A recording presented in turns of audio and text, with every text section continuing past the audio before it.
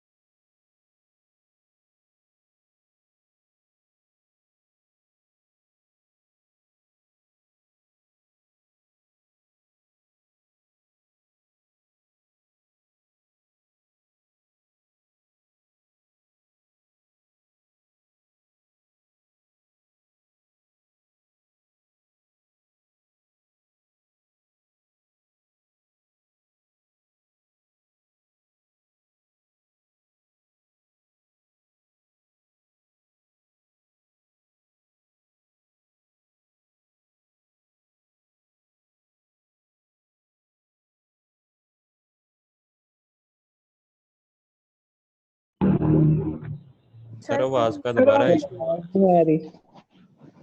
अरे आपकी आवाज बार बार कट रही, बार बार कट रही। हाँ, नहीं सर, जैसे स्पार्किंग होती है ना वो ऐसे शायद हो रही है, वो जैसे बता रहे हैं।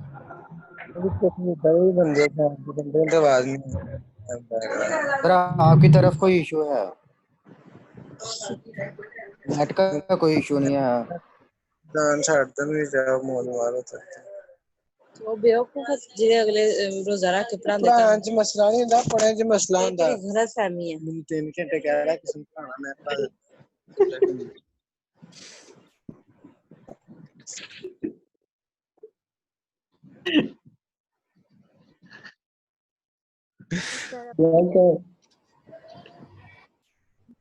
मैं जी 5 सर। मिनट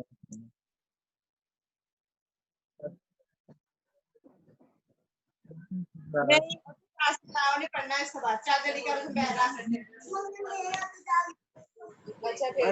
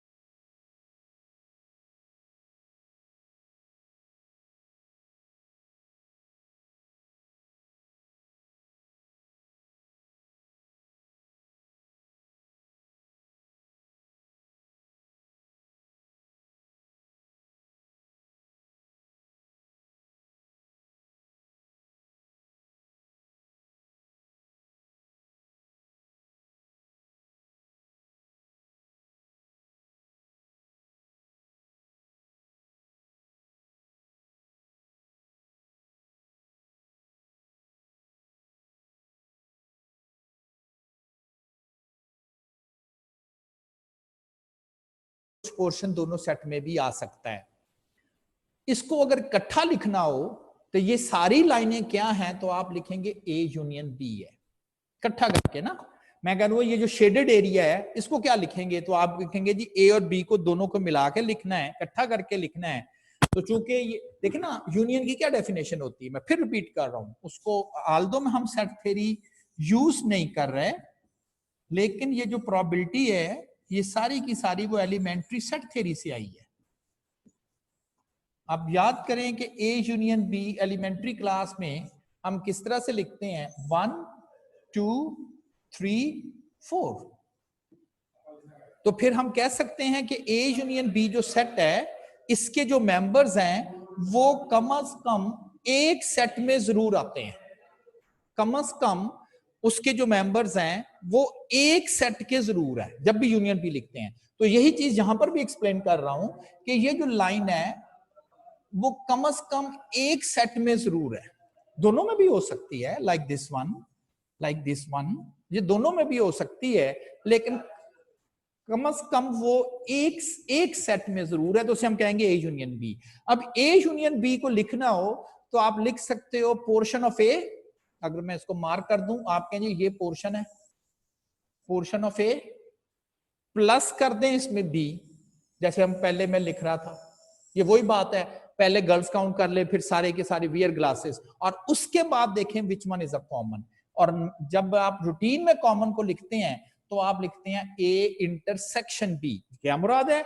ऐसा एलिमेंट जो ए में भी है और बी में भी है, तो इसका जो तर्जमा है वो और एंड और, तो दोनों में भी है, तो वो फिर माइनस करना पड़ेगा, क्योंकि जब आपने ए को लिया है तो काउंट कर लिया, बी को लिया तो फिर काउंट कर लिया, तो ये पोर्शन 2 दफा काउंट हुआ है।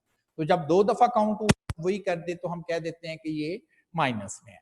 और अगर म्यूचुअली एक्सक्लूसिव इवेंट हो, क्योंकि कोई भी पोर्शन डबल काउंट नहीं होता, तो फिर आप कहेंगे अब इसमें से माइनस क्या करना, तो नथिंग, कुछ भी नहीं, क्योंकि इसमें कोई कॉमन पोर्शन जो है वो नहीं आ रहा, तो इसको हम कहते हैं म्यूचुअली एक्सक्लूसिव इवेंट्स। अब इनके ऊपर अगर मैं प्रोबेबिलिटी अप्लाई करूं तो we call it as addition theorem of probability. वो क्या है? सिंपली वो जो मैंने इसको अगर वर्ड्स में लिखना हो तो और करके लिख दें, probability of A, probability of B minus probability of A and B. वही बात, ए वाले काउंट कर लें प्लस बी वाले और माइनस कर दें इनमें से कॉमन। अब जरा मैथमेटिक्स वाले क्या लिखते हैं, वो कहते हैं हम तो नहीं जी और का वर्ड लिखते, और का मतलब यूनियन होता है, बट ठीक है, union P of A plus P of B minus P of A intersection B. कब? जब नॉट म्यूचुअली एक्सक्लूसिव हो। ये पोर्शन कब जीरो होगा? जब वो इवेंट म्यूचुअली एक्सक्लूसिव होंगे, उनमें कोई चीज कॉमन नहीं होगी। क्योंकि उनमें कोई चीज कॉमन नहीं होगी तो फिर ए इंटरसेक्शन बी जो होगा दैट बिकम्स जीरो। तो इसे हम कहते हैं एडिशन थ्योरम। एडिशन थ्योरम इसे इसलिए बोलते हैं कि जिसमें प्रोबेबिलिटीज जो होती हैं वो ऐड होती हैं। ये देखें, ऐड, और ये जो माइनस होता है ना, आप इसे भी ऐड कर लें, ब्रैकेट में कर लेना, तो इसलिए हम इसे एडिशन थ्योरम ऑफ प्रोबेबिलिटी बोलते हैं। अब क्वेश्चन ये है कि जी ये कब यूज करना है? हाँ बिल्कुल, यही क्वेश्चन है कि ये कब यूज करना। तो मैं जरा पहले 2 वर्ड और एक्सप्लेन कर लूं, फिर इसके ऊपर एक एग्जांपल हैं कि जी कब किस जगह पर आपने एडिशन थ्योरम यूज करके उससे कर क्या रहे हैं, प्रोबेबिलिटीज कैलकुलेट कर रहे हैं। पहले तो बड़ी सिंपल थी, फिर एक ऐसी स्टेटमेंट आ गई जिसमें और का वर्ड आ गया, फिर एक ऐसी स्टेटमेंट आ गई जिसमें एंड का वर्ड आ गया, उसकी भी हमने प्रोबेबिलिटी कैलकुलेट कर ली। इसको पढ़ने की क्या जरूरत है, ये कहाँ यूज करनी है, इसकी मदद से कब हमने इसकी मदद से प्रोबेबिलिटी फाइंड करनी है तो पढ़ते हैं। लेकिन पहले 2 वर्ड्स हम एक्सप्लेन कर लें। म्यूचुअली एक्सक्लूसिव इवेंट्स जो अभी आपको समझाए, अच्छा डेफिनेशन से ज्यादा ना आप थोड़ा सा अंडरस्टैंडिंग पर कंसंट्रेट किया करें, क्योंकि एग्जाम में कौन सा आपको ये लिखा जाएगा कि write down the definition of mutually exclusive events. उसकी अंडरस्टैंडिंग होगी तो आप स्टेटमेंट पढ़ के आपको समझ आ जाएगी। Events are said to be mutually exclusive if the occurrence of an event totally prevents occurrence of all other events in the trial। यानी कि अगर वो होगा तो दूसरे नहीं होंगे। In other words, 2 events cannot occur simultaneously। दोनों इकट्ठे नहीं आ सकते, यानी कि उनमें कोई कॉमन पोर्शन नहीं है। साइमल्टेनियस का मतलब यही है ना। फर्ज करें अगर मैं आपको ये कहूं कि ए है पास इन क्यूटी, कोई भी इवेंट हो सकता है ना। तो एक स्टूडेंट है जी वो क्यूटी में पास है, एक इवेंट बी है पास इन आईटी, एक इवेंट सी है फेल इन क्यूटी। फर्ज करें ये 3 इवेंट है, साइमल्टेनियसली अक्कर करने का मतलब ये है कि जी क्या पॉसिबिलिटी है कि क्लास में से मैं अगर कोई स्टूडेंट काउंट करूं या गिनूं तो उनमें दोनों खूबियां हो सकती हैं। हाँ, आप कहेंगे बिल्कुल आपको कुछ ऐसे जरूर मिलेंगे, ए एंड बी वाले जरूर मिलेंगे, वो क्यूटी में भी पास होंगे, वो आईटी में भी पास होंगे, मे बी 4। तो हम कहेंगे फिर ए और बी जो है चूंकि सेम टाइम आ सकते हैं, सेम टाइम ए भी हो सकता है, वो पास इन क्यूटी भी हो सकता है, वो बी भी हो सकता है, दोनों ही हो सकते हैं। तो हम कह देंगे ये म्यूचुअली नॉट म्यूचुअली एक्सक्लूसिव है, नॉट मी है ये। अच्छा, क्या आपको क्लास में से ऐसे स्टूडेंट मिल सकते हैं जो सेम टाइम क्यूटी भी उनका क्लियर हो और क्यूटी उनका फेल भी हो? ये तो नहीं हो सकता ना। ये ऐसा स्टूडेंट है, 3 स्टूडेंट है जिनका क्यूटी पास भी है और क्यूटी भी है, तो ऐसा तो नहीं हो सकता ना। तो इसका मतलब है या वो ए हो सकता है या सी हो सकता है। ये जी सारे वो हैं जो क्यूटी में पास हैं, ये ए हैं, ये सारे वो हैं जो क्यूटी में फेल हैं, सी तो कॉमन तो नहीं इनमें हो सकता। तो इसलिए फिर हम मैंने आपको एक्सप्लेन कर दिया कि म्यूचुअली एक्सक्लूसिव और नॉट म्यूचुअली एक्सक्लूसिव के एक्चुअल मीनिंग क्या है।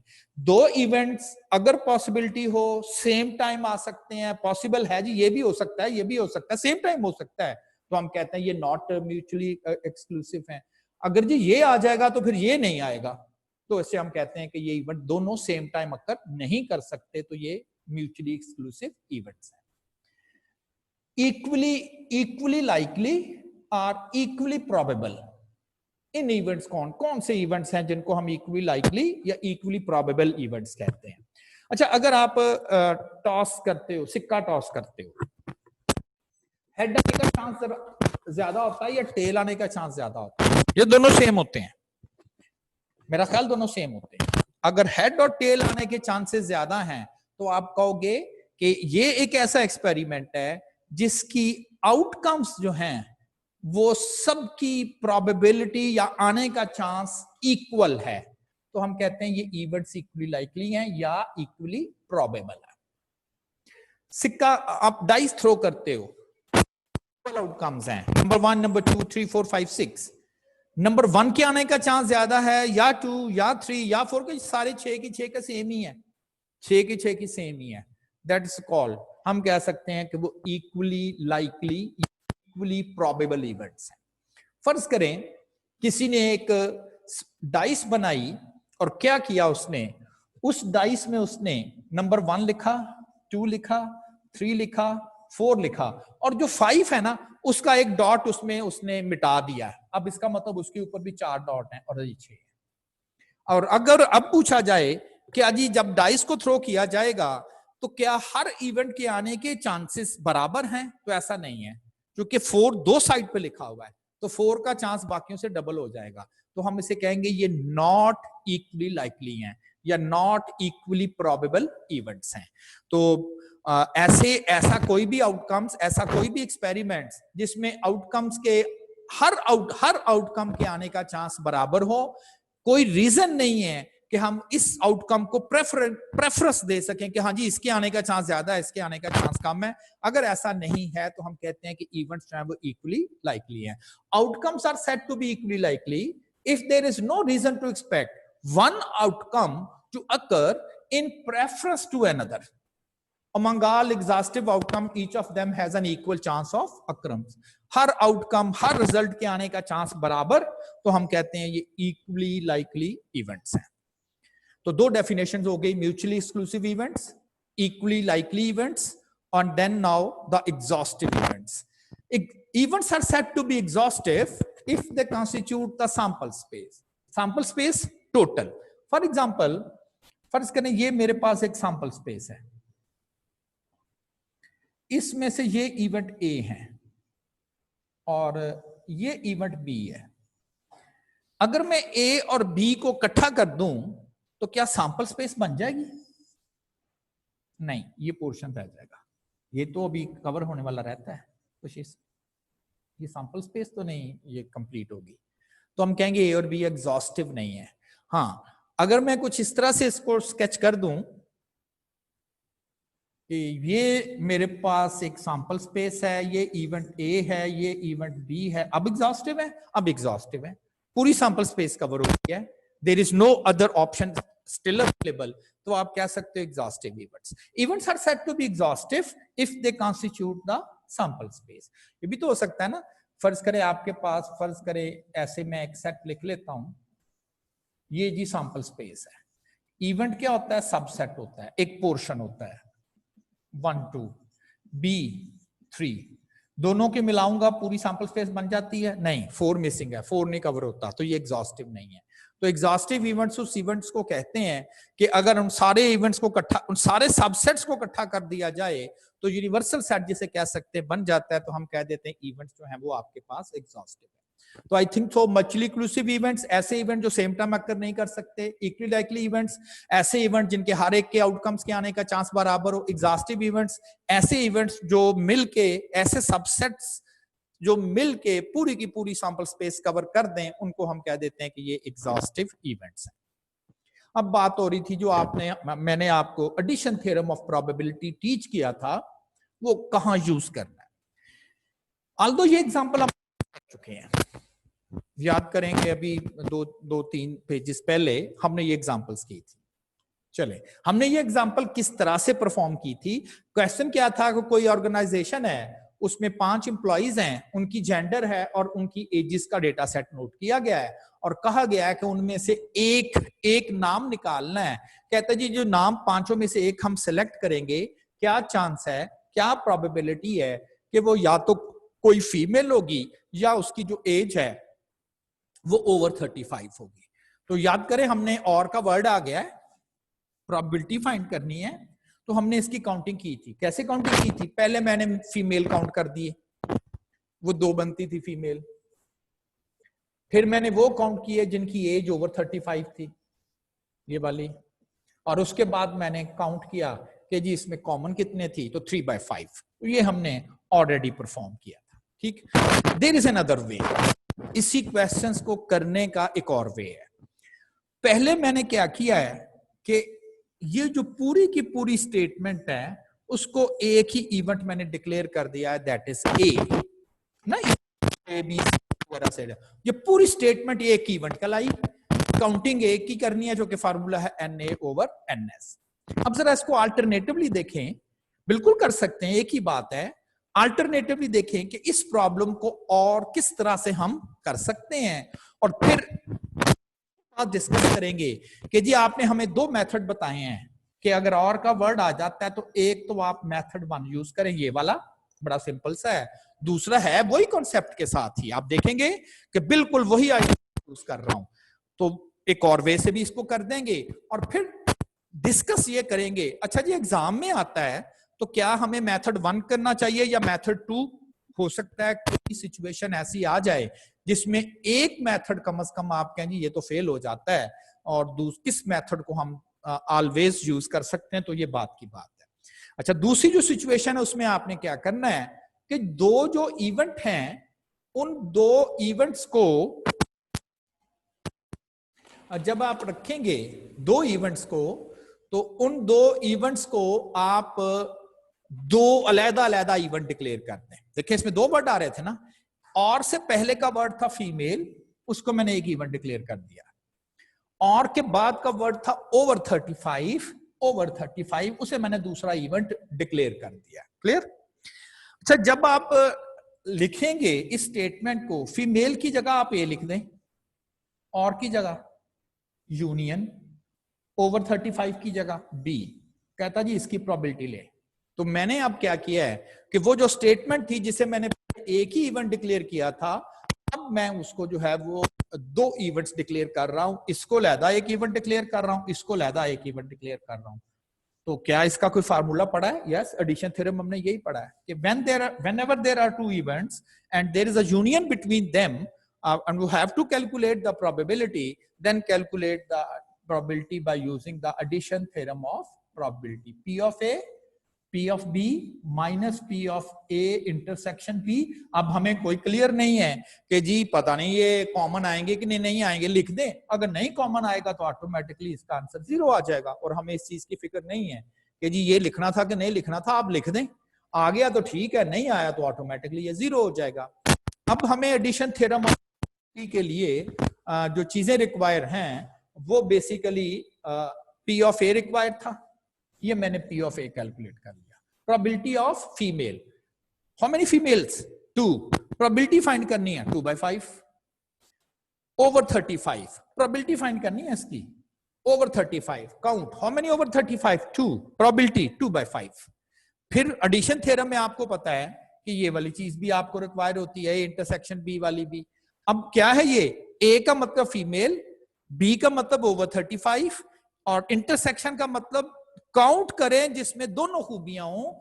ऐसी फीमेल जो ओवर 35 है, ऐसी फीमेल जो ओवर 35 हो, फीमेल जो ओवर 35 एक ही बनती है, तो 1/5। क्या किया मैंने, सिर्फ पहले मैं इनकी काउंटिंग कर लेता था और लास्ट पे 5 पे डिवाइड करके आंसर लेता था, और अब क्या कर रहा हूं, इनकी काउंटिंग करके साथ ही प्रोबेबिलिटी फाइंड कर रहा हूं।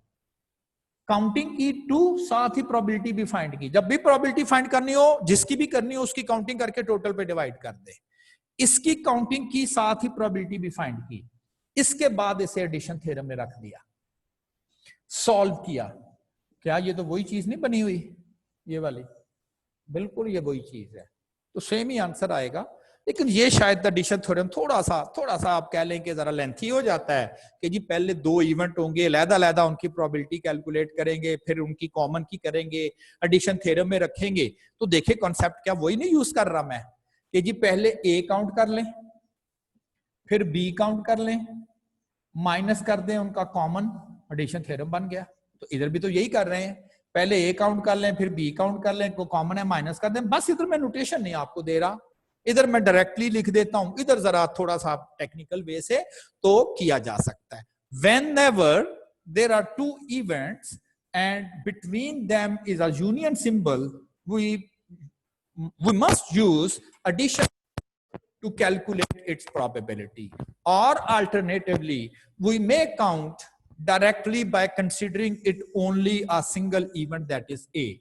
Count this plus count this and minus the common between these two. और यही एग्जैक्टली यही बात मैं यहां पर भी कर रहा हूं, काउंट की जगह कह रहा हूं probability of this plus probability of this and minus the probability of their common. तो 2 अब आपके पास सिचुएशंस आ गई, और का वर्ड हो तो आप दोनों तरह से इसको जो है वो परफॉर्म कर सकते हैं। चलें जी, अब आ गई बात।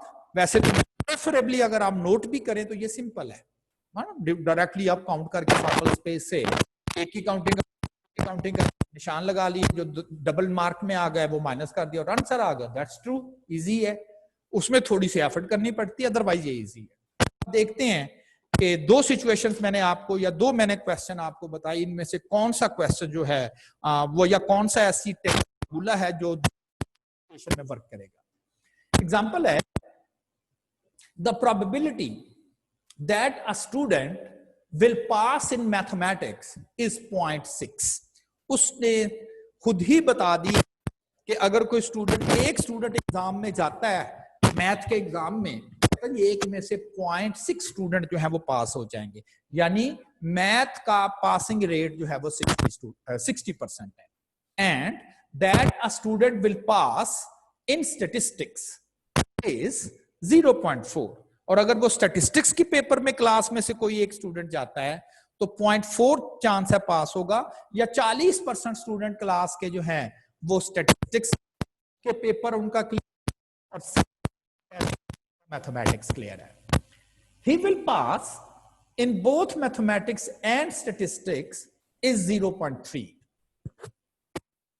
लाइक ऐसे ही फर्ज करें 1 2 3 4 5 6 7 8 9 और 10 फर्ज करें, जिसके ऊपर मैं टिक लगा रहा हूं, इसका मतलब है उनका मैथ क्लियर है।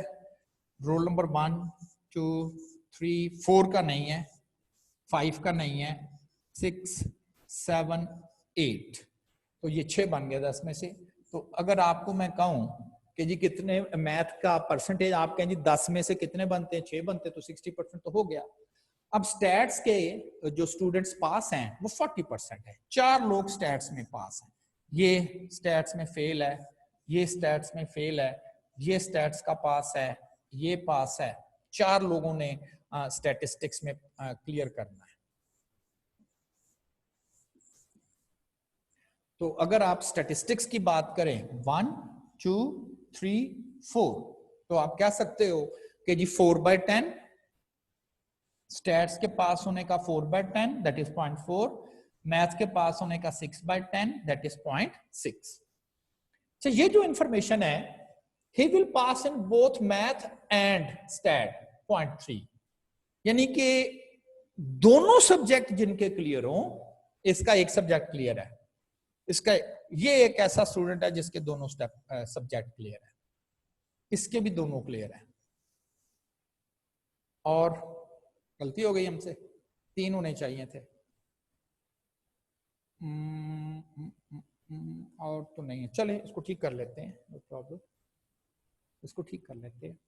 हम क्या करते हैं जी, इधर टिक कर लेते हैं और ये जो टिक है इसे क्रॉस कर देते हैं।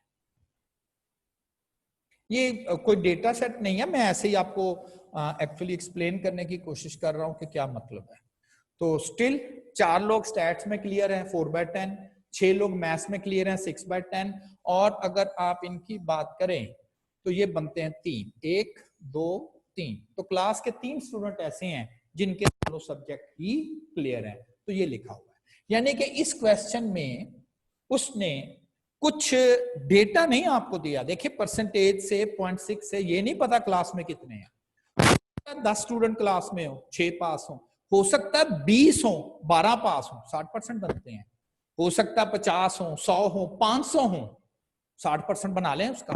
यानी कि जब आपको परसेंटेज या प्रोबेबिलिटी पता हो तो आप ये कतई नहीं कह सकते जी हमें टोटल नंबर भी पता होता है कि कितने, तो ऐसा तो कहा नहीं जा सकता। अब उसने आपको ये इंफॉर्मेशन दी हुई, कहता है जी कोई क्लास है, उसका 60% बच्चे उसमें से मैथ के पास हैं, 40% बच्चे उसमें स्टैट के पास हैं, और 30% बच्चे ऐसे जिनके दोनों सब्जेक्ट ही क्लियर है। कहता है if a student is selected at random, उस क्लास में से अगर एक स्टूडेंट सिलेक्ट किया जाए, देखिए सबका मैथ क्लियर नहीं है, सबका, कुछ ऐसे हैं जिनके दोनों पास हैं, कुछ ऐसे हैं जिनका मैथ पास है, कुछ ऐसे जिनका स्टैट्स पास है। कहता if a student is select at random, class में से पेपर जो टीचर था उसने सारे स्टूडेंट्स के जो नेम्स थे वो पेपर स्लिप्स पे लिखी है, और कहता है जी अगर उसने एक पेपर स्लिप वहां से पिक कर ली, क्या चांस है। देखें जहां पर भी हमें किसी चीज का पता ना हो, पेपर स्लिप उठाने लगे हैं, ये कौन सा होगा जिसका मैथ क्लियर होगा या स्टैट क्लियर होगा या दोनों फेल होंगे या दोनों पास होंगे, वी डोंट नो। तभी तो हम प्रोबेबिलिटी कैलकुलेट करते हैं। A student is selected at random, but is the probability that he will pass in, ये अब आपके पास इवेंट है। कहता है ऐसा स्टूडेंट सिलेक्ट हो जो मैथ में पास हो या और स्टैट्स। चलें, अगर तो आप इसको एक इवेंट बना लें, जैसे पहली एग्जांपल की थी, उस इवेंट के तहत हमें ये काउंट करना है कि टोटल स्टूडेंट मैथ में कितने पास हैं। ये तो पता ही नहीं, तो पता ही नहीं कितने हैं। मत कहिएगा कि 6 पास हैं, अगर 10 हो तो 6 पास हैं, लेकिन कहां लिखा गया क्लास में 10 हैं। 100 भी तो हो सकते हैं, अगर 100 है तो 60 है, फिर अगर 100 है तो 60 है, अगर 200 है तो फिर 120 पास हैं, वो भी 60% ही बनता है। तो हमें तो नहीं क्लियर। अगर मुझे पता ही नहीं है, यानी कि मेरे पास सैंपल स्पेस नहीं है। सैंपल स्पेस क्या होती है? ऑल पॉसिबिलिटीज काउंटिंग की। देखिए जितने भी एग्जांपल्स की थी जिसमें आपको 5 एम्प्लॉइज थे तो हर एक की डिटेल पता थी ना। नहीं है कि स्टूडेंट है टोटल कितने, तो डिटेल तो उसके बाद आएगी कि जी पहला जो रोल नंबर 1 है उसका क्या क्लियर है, रोल नंबर 2 का क्या क्लियर है, वो तो मैंने लिखा। अगर 10 स्टूडेंट हो तो ये इस तरह से ये इंफॉर्मेशन दी गई है।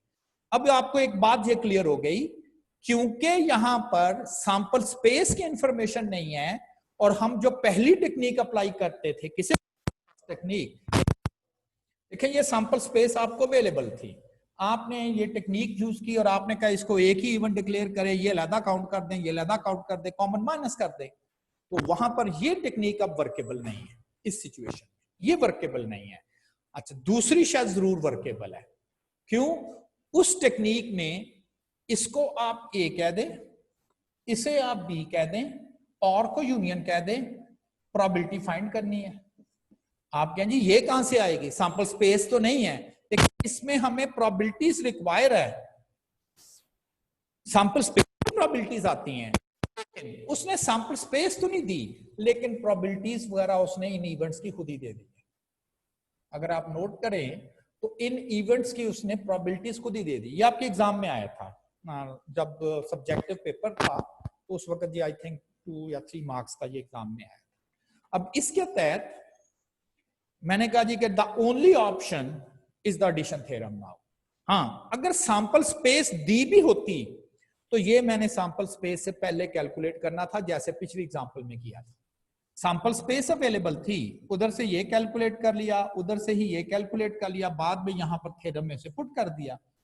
यहां सैंपल स्पेस अवेलेबल नहीं है तो पहला मेथड कैसे अडॉप्ट करें, आपके लिए दूसरा कैसे करें, उसमें भी तो प्रॉब्लम है। प्रॉपर्टी जो है वो मेंशन है वहां पर, ठीक है। ए को मैंने कह दिया पास इन मैथ, बी को कह दिया पास इन स्टैट्स, और यहां पर प्रोबेबिलिटीज उसने ऑलरेडी दी हुई है। मैथ में पास होने का चांस दिया हुआ है, स्टैट्स में पास होने का चांस दिया हुआ है, और दोनों कॉमन। एडिशन थ्योरम बड़ा सिंपल है, P प्लस सेक्शन B 0.7, या अगर ऐसे आप परसेंटेज में लिखें तो 70%। क्या 70%? कि जी अगर क्लास से एक स्टूडेंट सेलेक्ट करें, क्लास से एक स्टूडेंट सेलेक्ट करेंगे तो 70% चांस होगा कि वो जो स्टूडेंट होगा उस या तो वो मैथ उसका क्लियर होगा या स्टैट।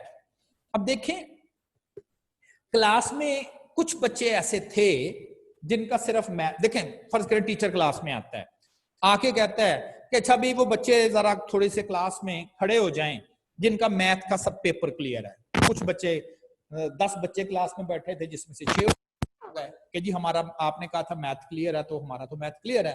टीचर ने कहा ओके फाइन आप बैठ जाएं। अब उन्होंने कहा जी अब वो बच्चे खड़े हो जाए जिनका स्टैटिस्टिक्स का पेपर, अब जो मैथ तो उनका क्लियर था लेकिन उनका स्टैट्स भी क्लियर था। अब टीचर ने कहा जिनका स्टैट का पेपर पास है वो दोबारा नहीं खड़े होंगे क्योंकि उनका स्टैट भी तो पास है ना। आपसे ये पूछता हूं कि टीचर ने जो अनाउंसमेंट की थी, जो बच्चे खड़े हुए हैं, पहले मैथ की वजह से खड़े हुए, बाद में कुछ बच्चे स्टैट्स की वजह से खड़े हुए, और कुछ पूछ रहे फिर टीचर वो बच्चे जो थे जो पास, तो पूछे क्या ये नहीं कहूंगा कि जी बच्चे जो खड़े हुए थे दोनों दफा या उनका मैथ क्लियर था या स्टैट्स क्लियर। अच्छा, इसी स्टेटमेंट को मोर टेक्निकल वे से ये बोला जा सकता है कि जो बच्चे खड़े थे उनका कम अज कम, एटलीस्ट इसे वर्ड बोलते हैं, कम अज कम एक सब्जेक्ट जरूर क्लियर था, एटलीस्ट 1 सब्जेक्ट जरूर उनका पास था। देखिए जिनका मैथ पास है उनका एक सब्जेक्ट पास है, जिनका स्टैट पास है आप कहें जी इसका भी तो एक ही, बिल्कुल एक है। अगर जिनके दोनों हुए तो वो भी नहीं खड़े होंगे, वो तो दोनों दफा खड़े होंगे ना। तो इस और का मतलब आप समझ लें, इस और का मतलब, अगर तो ये आपको स्टेटमेंट में एक्सप्लिसिटली वर्ड लिखा हुआ मिलता है और तो कंफ्यूजन नहीं है। और का मतलब यूनियन होता है, यूनियन का मतलब है कि हम तो ये एटलीस्ट 1, कम से कम एक। देखिए फिर दोबारा यूनियन का सेट याद करें। यूनियन सेट के जो मेंबर्स होते हैं वो ए भी होते सेट में होते हैं जो दोनों में ही होते हैं कि this one is the addition theorem. तो जो एडिशन थ्योरम ऑफ प्रोबेबिलिटी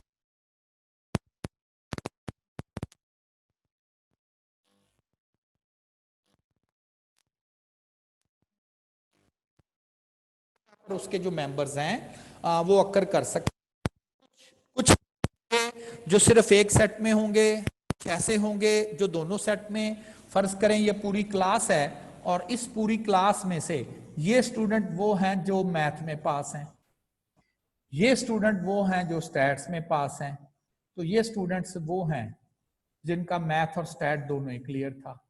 तो कह सकता हूं कि ये सारे के सारे वो स्टूडेंट्स हैं जिनका कम से कम एक सब्जेक्ट जरूर, अगर वो इधर है तो ये क्लियर है, अगर इधर है तो ये क्लियर है, एक सब्जेक्ट ही है ना, लेकिन अगर वो स्टूडेंट ये वाला है तो इसका मतलब उसके 2 सेट हो गए। तो कह सकते एटलीस्ट 1 जरूर आते हैं, दोनों में भी तो आ रहे हैं ना इस वक्त। तो अब कंक्लूड ये कर रहा हूं, सैंपल अवेलेबल हो तो आपके पास 2 ऑप्शंस होती हैं, इस तरह से कर लें या इस तरह से कर लें, और मैं प्रेफर करूंगा ये वाला क्योंकि आसान है। सैंपल स्पेस अवेलेबल नहीं है और का वर्ड आ रहा है और उसने हमें कुछ प्रोबेबिलिटीज मेंशन करके दी हुई है, कुछ प्रोबेबिलिटीज उसने हमें खुद ही मेंशन करके दी हैं, तो फिर आप मजबूरी ये बनती है कि आप फिर एडिशन थ्योरम ही वाहिद चॉइस है। ये कर रहा हूं कि शायद और का वर्ड हो तो कुछ क्वेश्चन ऐसे हो सकते हैं जिसकी वाहिद चॉइस जो है वो प्रोबेबिलिटी ही रह जाए, यानी एडिशन थ्योरम ही रह जाएगा वाहिद चॉइस के तौर पर। कब? जब सैंपल स्पेस एग्जामिनर ना है, बल्कि क्या करनी है हमने कहा जी प्रोबेबिलिटीज नहीं लेनी थी ये वाली, ताकि हम उसे एडिशन थ्योरम में यूज करना था हमने। वो कहता जी सैंपल स्पेस तो नहीं दे रहा, मैं आपको खुद ही probability provide.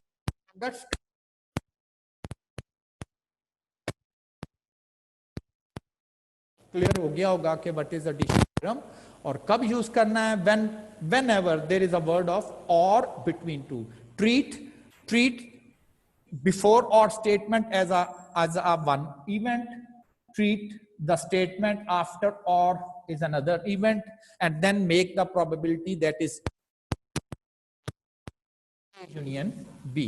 Sample space available हो दो तरह से किया जा सकता है, सैंपल स्पेस अवेलेबल नहीं है तो फिर हम इसको एडिशन थ्योरम से ही सॉल्व कर सकते हैं। एक और क्वेश्चन, फिर मैं आपसे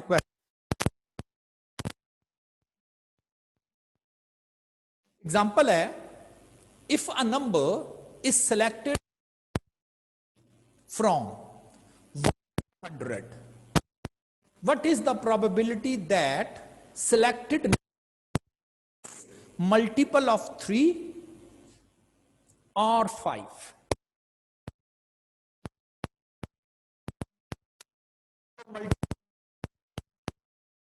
3, 6, 9, 12 ये सारे वो नंबर हैं जो कि मल्टीपल ऑफ 3 हैं। अब अगर आप कि जी क्या इसमें हमें सैंपल स्पेस अवेलेबल है, बिल्कुल हमें अवेलेबल है। नंबर उसने बता दिए 1 to 100, 2, 3, 4, 5, 6, 7, 8, 9, 10 एंड अप टू 100, बिल्कुल सैंपल स्पेस हमारे पास अवेलेबल है। अच्छा, अब इसमें हमें 2 इवेंट्स अवेलेबल हैं। एक इवेंट ये है कि ऐसे नंबर काउंट करें जो मल्टीपल ऑफ 3 हैं, क्योंकि हमने काउंट करना है ना, और का वर्ड आ गया, पहले वो काउंट कर लें जो मल्टीपल ऑफ 3 हैं। ये मल्टीपल ऑफ 3 है, ये मल्टीपल ऑफ 3 है, ये मल्टीपल ऑफ 3 है, फिर 12 भी आएगा, ये मल्टीपल ऑफ 3 है एंड सो ऑन। लेकिन थोड़ा लेंथ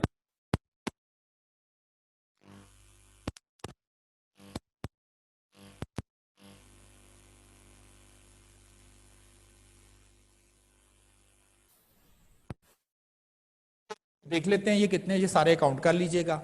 उसके बाद आपने काउंट करना है कि कितने इवेंट उसमें जो हैं वो मल्टीपल ऑफ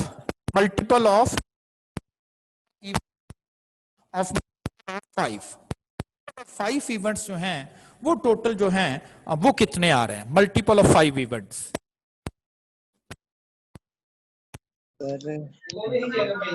सर आवाज का फिर प्रॉब्लम आ रहा है। सर आवाज नहीं सर आपकी ठीक आ रही, बहुत शोर आ रहा है, कभी रुक जाती है और 10 मिनट से कट के आ रही है आपकी आवाज।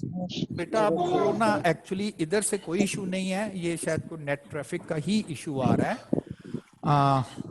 अब आवाज ठीक है, ये अब भी ऐसे ही आ रही है। सर एक बात समझ आती है, अगली बात सुनाई नहीं देती, फिर तो पार्किंग हो जाती। माइक के जैसे शोर आता है ना ऐसे। और डायरेक्ट लगा के देख। आपके माइक में मसला है सर।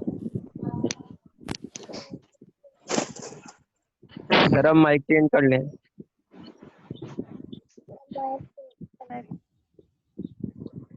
Yes sir. सर कुछ जब देर आप के लिए उसमें ठीक हो जाती है, फिर दोबारा शुरू हो जाते हैं।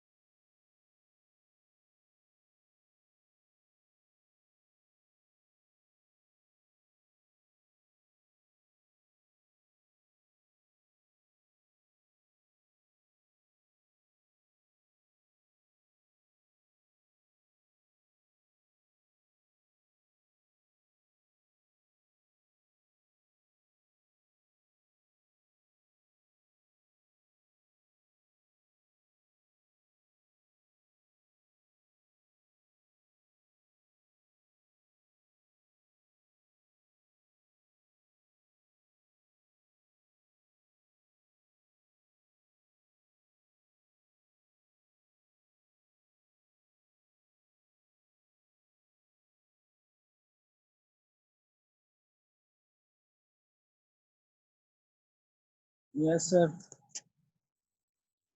So 5 by 10.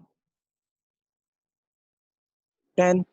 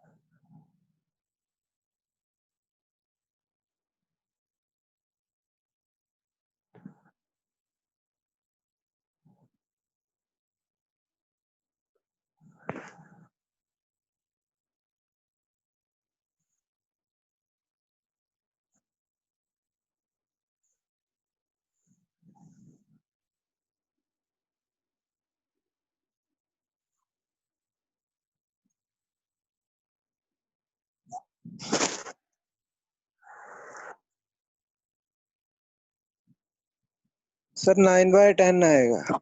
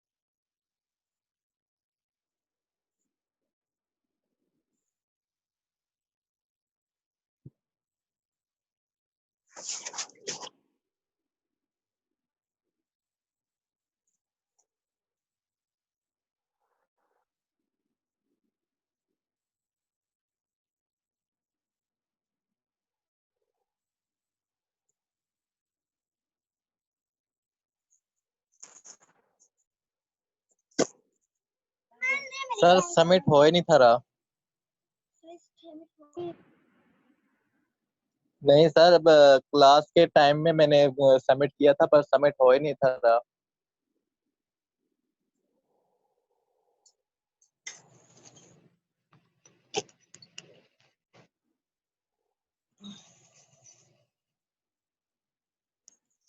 नहीं सर, कोई मैसेज आ रहा और सबमिट का ऑप्शन भी नहीं था आ रहा।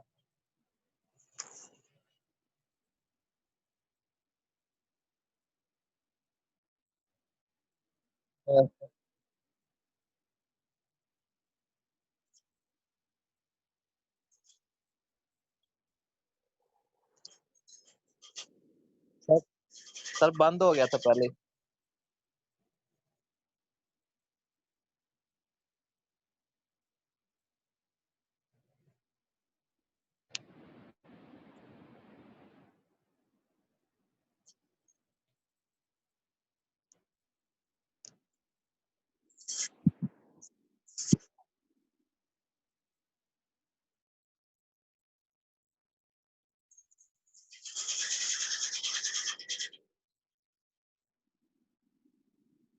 सर वो आपने कहा था ना कि सर खुद ही सबमिट हो जाएगा, आप 15 मिनट वेट करें। तो सर आपने सर टेक्स्ट, सर ग्रुप में टेक्स्ट आया हुआ था कि मतलब 15 मिनट वेट करें। 2:15 आप मतलब 15 मिनट रिलैक्सेशन दी थी आपने।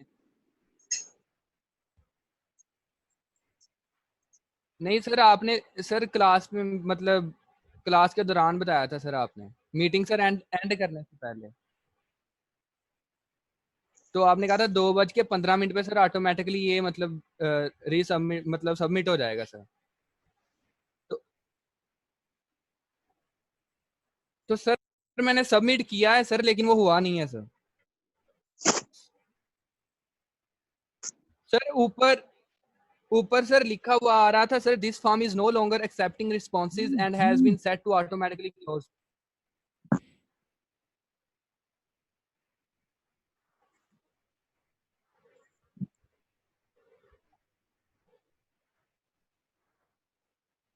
सर हमें तो रिजल्ट ही नहीं, सर हमें रिजल्ट ही नहीं मिला सर। रिजल्ट कहाँ पे?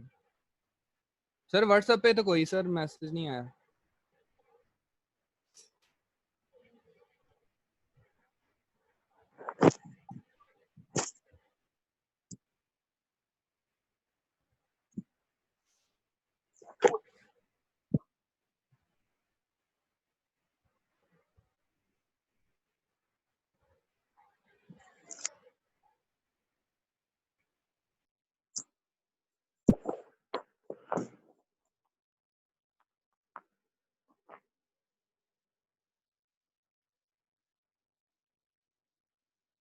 सर सेम प्रॉब्लम सबके लिए नहीं हो रहा था ना, ऑप्शन सेलेक्ट हो रहे थे।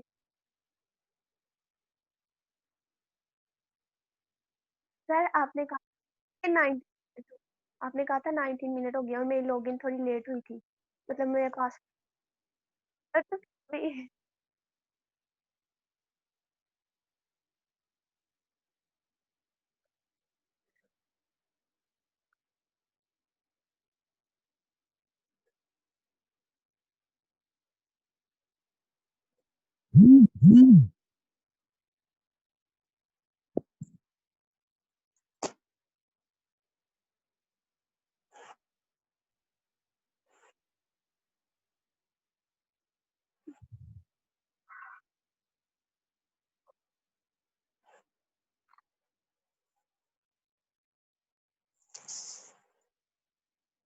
यस सर, यस सर, मेरा सबमिट हो गया था, मेरे 38 मार्क्स हैं। यस सर, फोटो सेंड कर दिया मैम ने।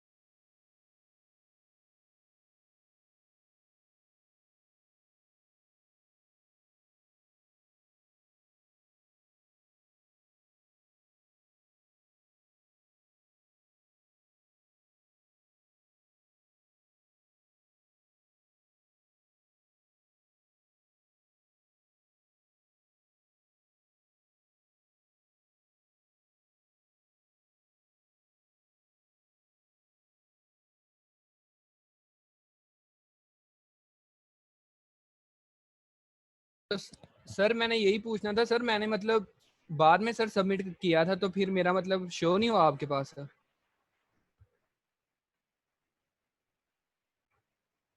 जी सर।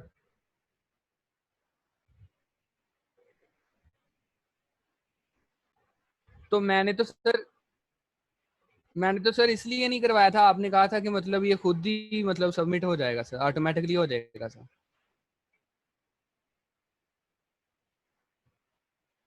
तो सर मेरा ऑफ हुआ ही नहीं सर।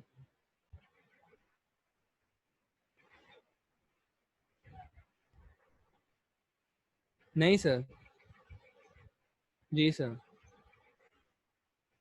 नहीं सर, वो आपने कहा था कि ऑटोमेटिकली हो जाएगा सर, मैंने तो सर रख दिया था सर, मतलब अपना पीसी वगैरह और लैपटॉप वगैरह वहीं पे रख दिया था सर मैं।